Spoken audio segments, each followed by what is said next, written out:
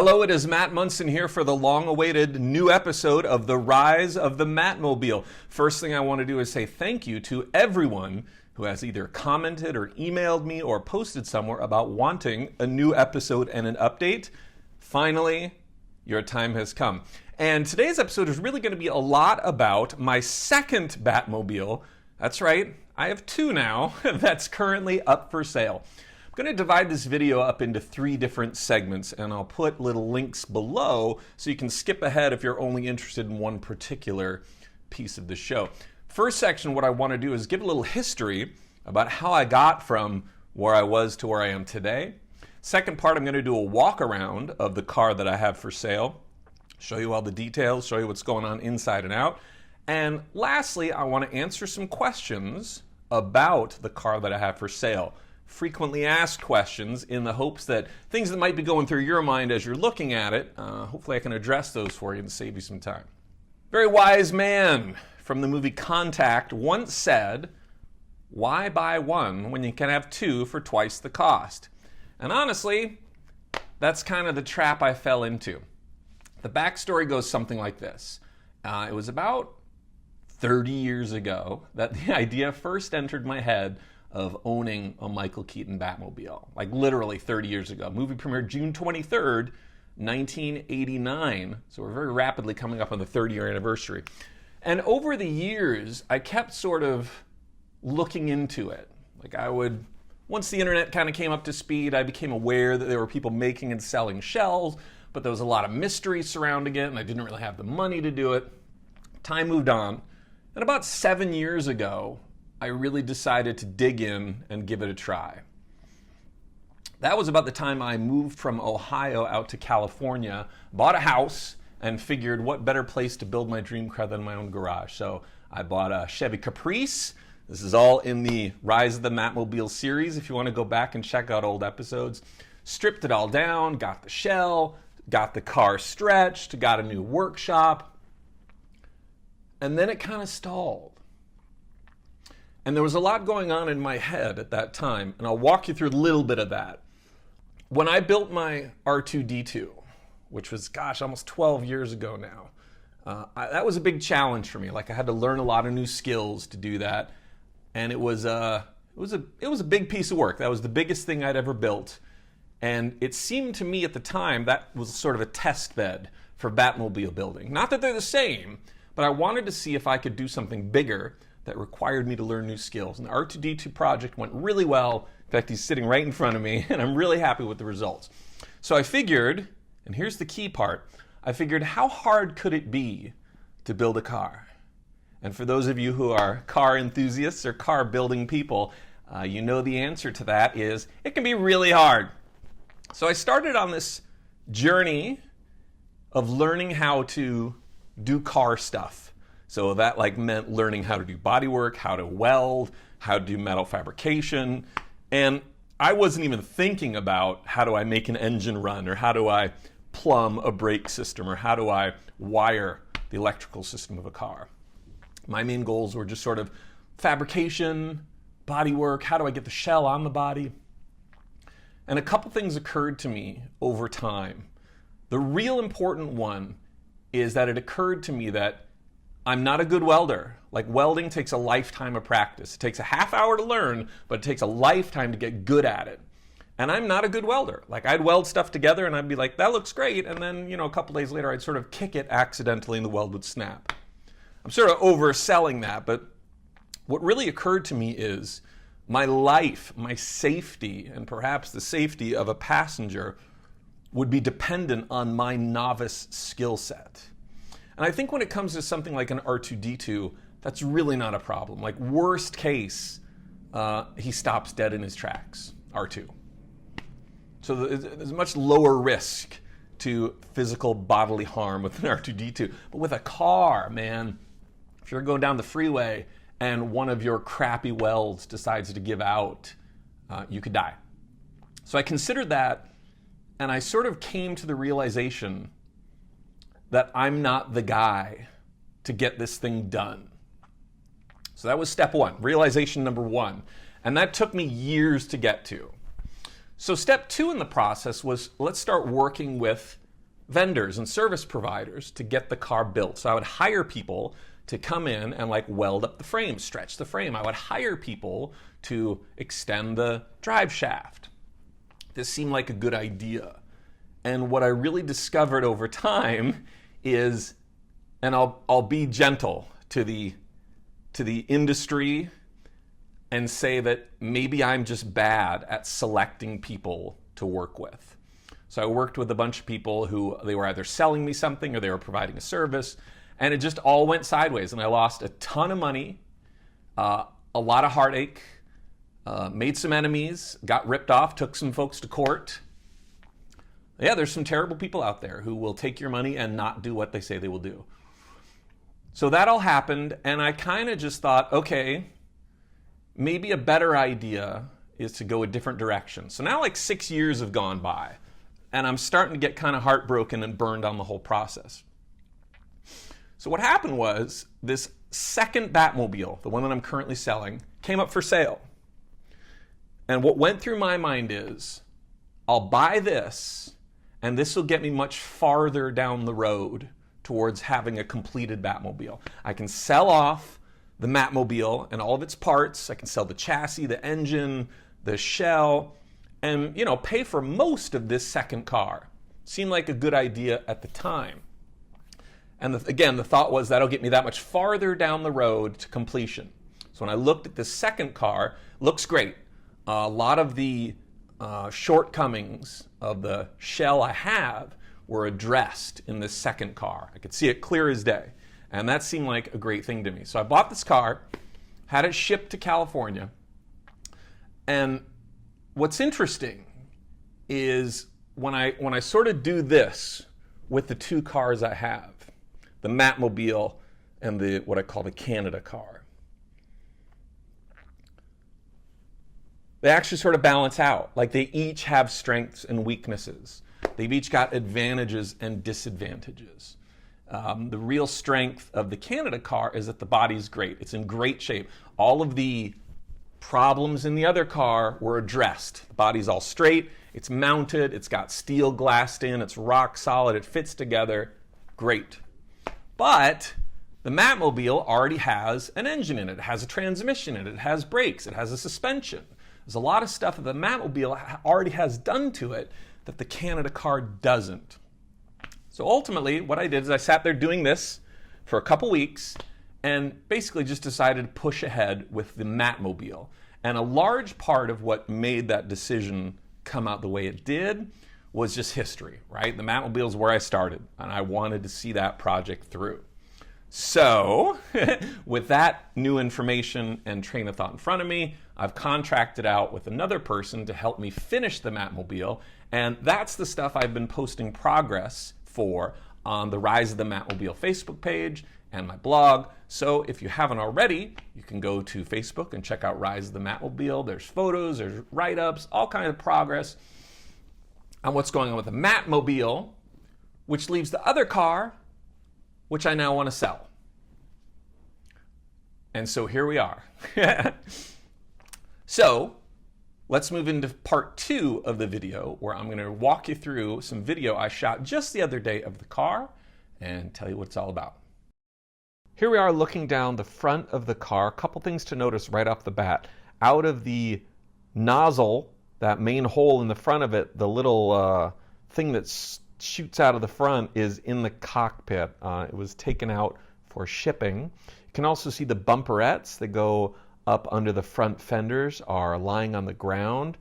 I removed them for storage and for loading on and off the trailer. Just makes it a lot easier, and it's actually a great feature to have those removable, because that is the first thing to go if you hit a bumper occur when you're driving. You can see also the gun doors are sitting on the ground. Those are metal gun doors. And right out in the front of the car, there's a couple pieces on the ground.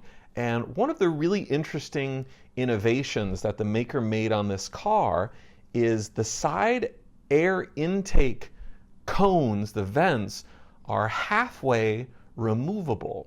So the cone that goes in the side and the lower half of that round part where you would step on before you jump in the cockpit are removable. Now, what's really interesting about that is it makes it so that this car can be loaded onto a standard 20-foot trailer. That's where the wheel wells for the trailer go.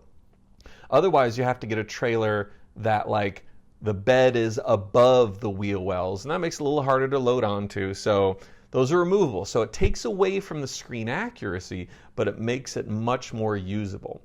The trunk lid is not on there. I actually have a different trunk lid that I'm selling with the car. It's at my shop in Torrance, so it's not pictured here, but it is, of course, included with the sale of the car. You can see the wheel bats are inside the wheel wells, and it's got the proper cones on them.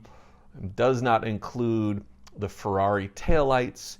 On the other side of the car, you could see one of the wheel well surrounds had become dislodged in shipping. Easy enough to just fit that back into place and bolt it in. The side mechs definitely leave something to be desired.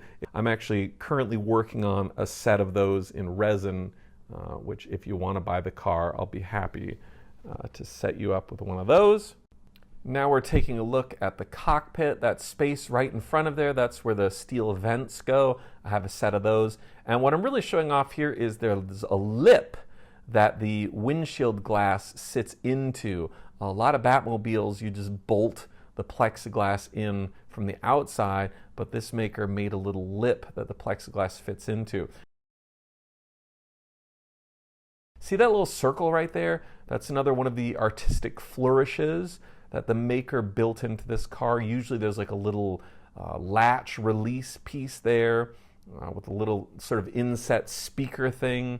That was changed to just have a little circle there. Because of the way this car is made and the front locks into place differently and doesn't require those latches like the screen used one does, didn't need that little thing.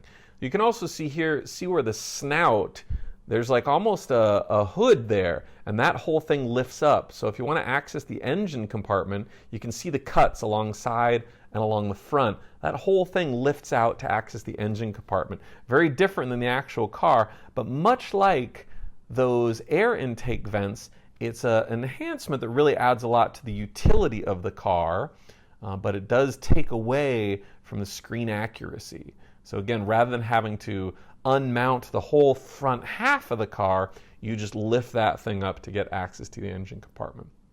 I think I stick the camera inside the car a little bit, but I'm just getting a better shot of the car. And there's those side pieces, there's the cones, and the two pieces that go underneath on the side air intakes. So right now the car is all set to be loaded on a trailer, but if I wanted to go to a show or something, I would bolt all that in place. It's like 5 minutes just to bolt that in, slide the cones in. It's just a few screws to get them held in place, and then you are good to go.